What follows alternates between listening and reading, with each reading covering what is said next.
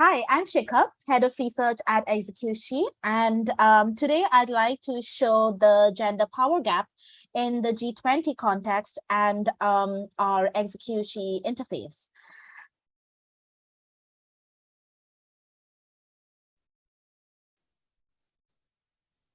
So here on the screen, you can see the global numbers in the G20 context. In the population, of course, we are 50-50. In gender diversity globally, we are about 21% female among executives. So full-time staff, and power only 13%. And when you look at the countries, I find it extremely interesting that this is not a classic developing country story, because gender power in South Africa and Indonesia, for instance, is pretty strong. It's actually leading globally together with Australia, the UK, France, and Canada. The countries that have the least gender power among the G20 will be the Saudi Arabia, then Argentina, Japan, South Korea, and also India and China don't have that strong gender power. Of course, what we're calling strong gender power here, or the strongest, is Australia at about 23%. That is still about a 5-to-1 ratio for men. So there's a lot to go to actual parity. If you look at the table on the side, you can also see how gender diversity actually plays out across the different levels. And that is another, I think, very interesting statistical insight.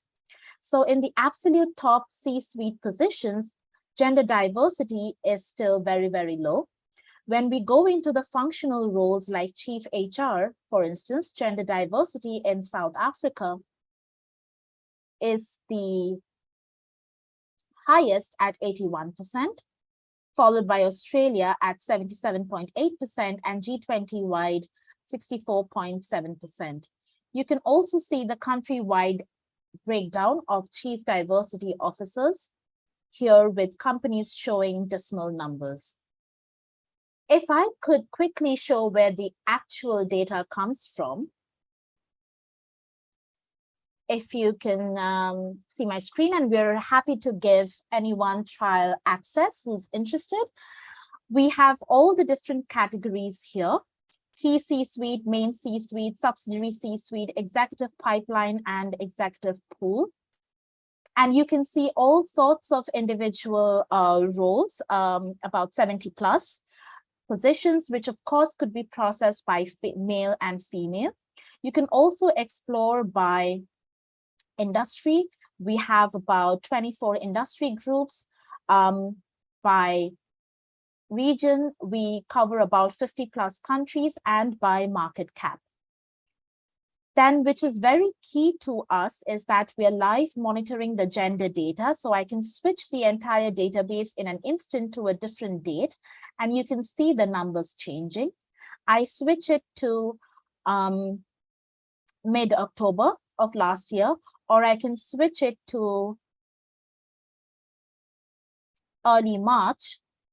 It is continuously monitored on a weekly and monthly basis, so that we actually live can see how progress is made, and we don't have to wait for annual reports. Everything is then looked at from an investor basis. So we cover about more than 5,400 plus investors, Vanguard, BlackRock, and so forth, and their actual portfolios are monitored. And in total, the database at this stage includes 93,000 plus individuals and about 20,000 plus female role models. And so we will be able to continuously monitor the progress of gender diversity among the executives of companies around the world. G20, of course, only being an example. You may have seen that the G20 actually was on average slightly weaker than the world, which is of course because certain Scandinavian countries aren't in the G20, and they bring the average up for the overall world. I hope this data and findings were interesting to you, and can open up the discussion beyond just gender diversity. Thank you very much.